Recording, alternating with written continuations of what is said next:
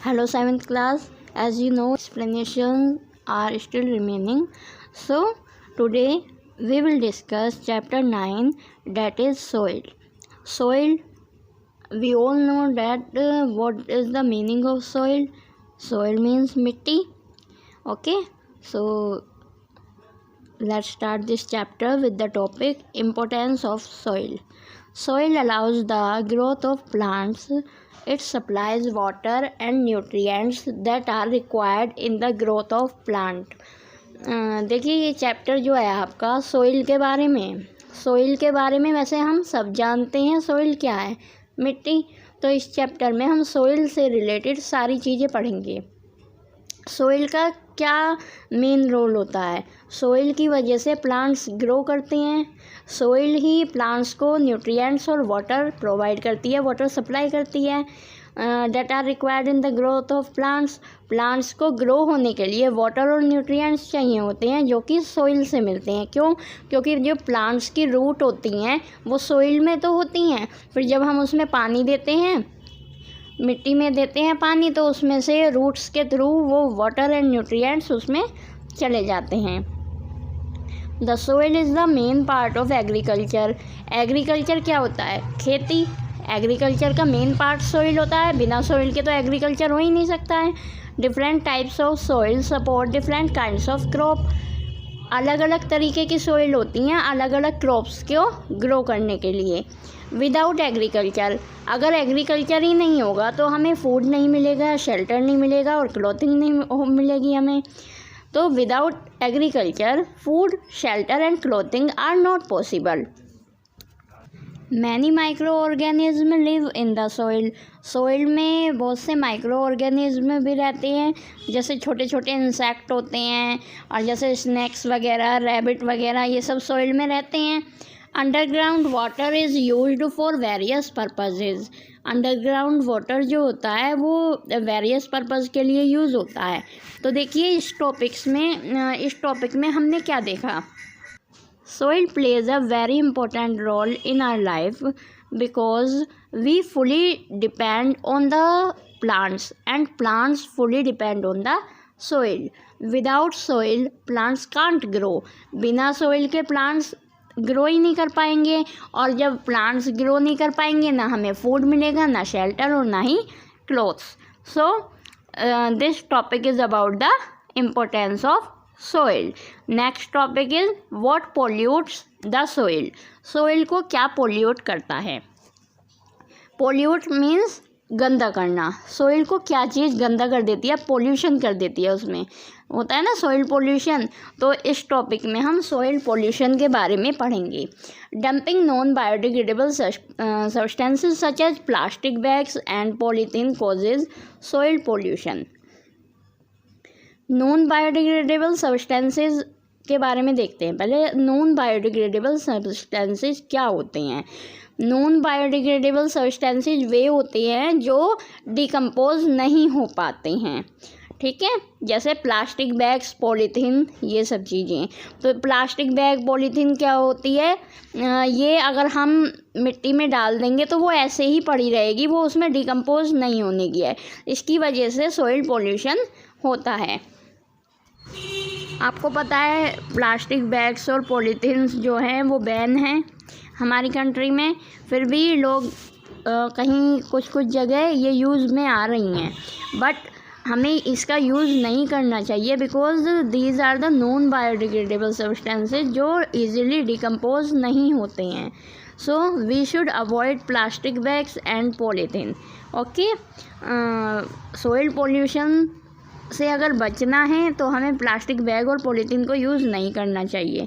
Waste product from industries which contains chemical can effect the soil adversely. देखिए your topic is what pollutes the soil. Soil को क्या चीज़ pollute करती है?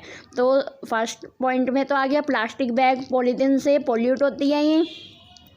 And in the second point waste product from industries से निकलने वाले जो chemicals होते हैं तो वे भी सोइल को पोल्यूट करते हैं।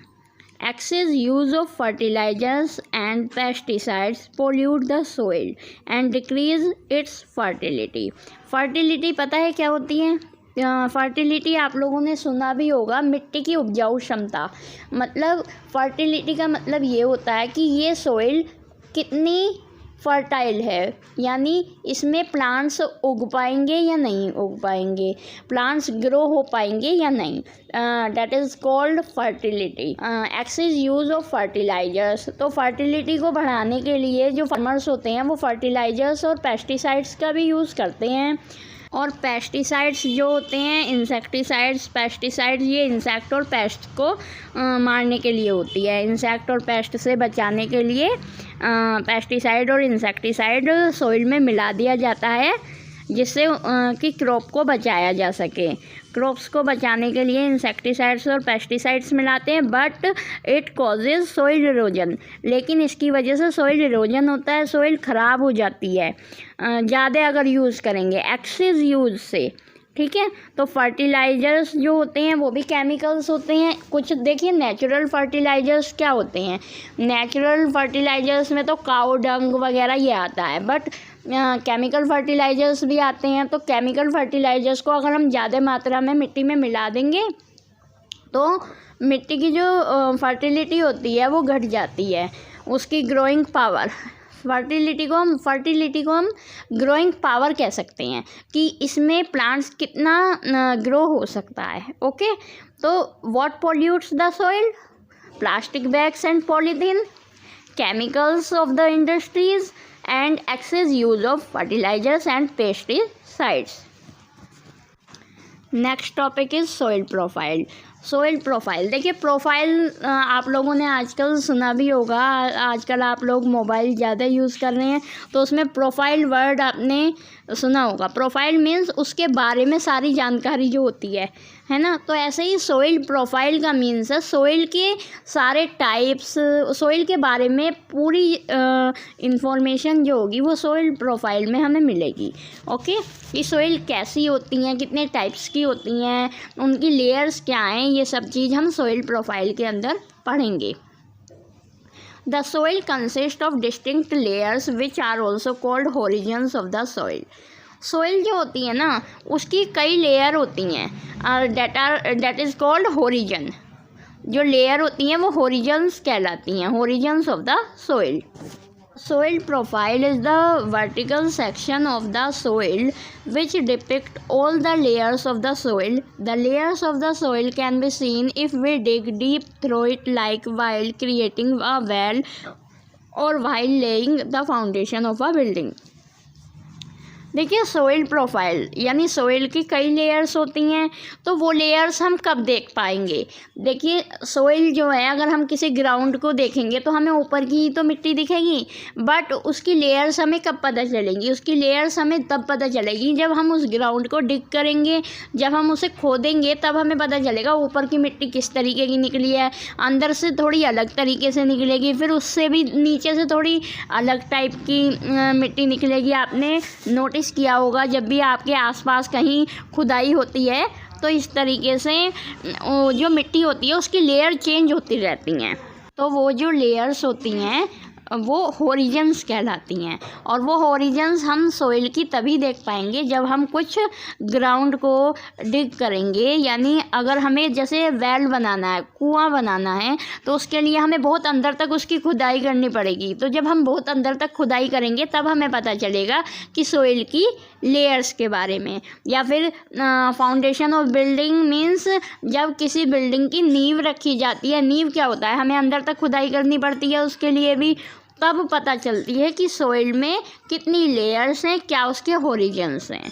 Okay, this is the soil profile. Before discussing the horizons of the soil, we will discuss some important terms. Your first term is humus. The decaying matter in the soil is called humus. Humus is most important term.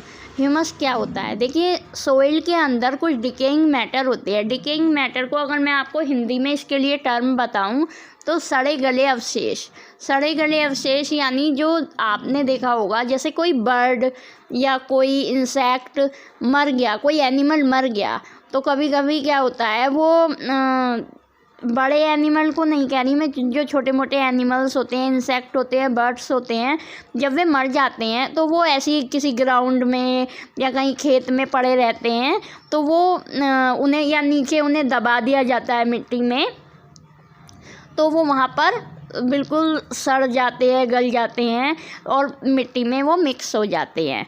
जब वो मिट्टी में mix हो जाते हैं, that is called decaying matter and also known as humus. Okay, अगर आपसे कोई पूछे ह्यूमस क्या है, तो ह्यूमस क्या होता है? Decaying matter in the soil, और हिंदी में बोले तो सड़े गले अवशेष। ठीक है। Your next term is weathering. Soil is formed when rocks break down. Soil कब बनती है? जब पत्थर टूटते हैं। This process is called weathering. Weathering is also the important term of this chapter, कि वेदरिंग का प्रोसेस जो होता है क्या होता है? जिस प्रोसेस से मिट्टी तैयार होती है, मिट्टी बनती है, मिट्टी बोलते हैं सोइल को, तो सोइल जिस प्रोसेस से बनती है वो प्रोसेस वेदरिंग कहलाता है। If anyone ask you that what is the meaning of weathering, you can say that the weathering is the process in which soil formed. Okay, weathering का जो प्रोसेस होता है वो क्यों होता है? Because of rains flowing water, winds, temperature and climatic condition of a place. किसी भी जगह के टेम्परेचर से, कि वहाँ पर कैसी विंड है, फ्लोइंग वाटर और रेन की वजह से वेदरिंग का प्रोसेस होता है। अगर मैं आपको इसका एक सिंपल सा एक एग्जांपल बताती हूँ कि सोइल बनती कैसे है। आपने देखा होगा, जब अगर हम पत्थर को तोड़ देंगे, किसी छोटे से पत्थर को हमने तोड़ा, तो मिट्टी ही तो निकलेगी, उसमें से मिट्टी बन जाएगी वो। तो सोइल बनने के लिए जो प्रोसेस होता है that is called weathering. Okay, it take so many years to form soil. Soil को बनने के लिए ये जो प्रोसेस है ये कई साल लेता है। जहाँ भी जैसे पहाड़ियाँ होती हैं, जो माउंटेन साइड होता है, वहाँ पर बारिश हो रही है, टेम्परेचर कैसा हो रहा है, क्लाइमेटिक कंडीशन चेंज हो रही है, तो उसकी वजह से जब पत्थर आपस में टकराते हैं, बहुत सालों बाद, कई सालों बाद जाकर वो सोइल तैयार होती है। Okay, and this process is called weathering. तो हमने एक टर्म तो पढ़ी humus. Humus is the decaying matter in the soil. Okay, यानी सड़े गले अवशेष जो होते हैं वो ह्यूमस होता है। Weathering is the process in which soil is formed by breaking down of the rocks. Your next topic is parent rock. Parent, देखो पेरेंट से क्या मतलब है? पेरेंट कौन होते हैं?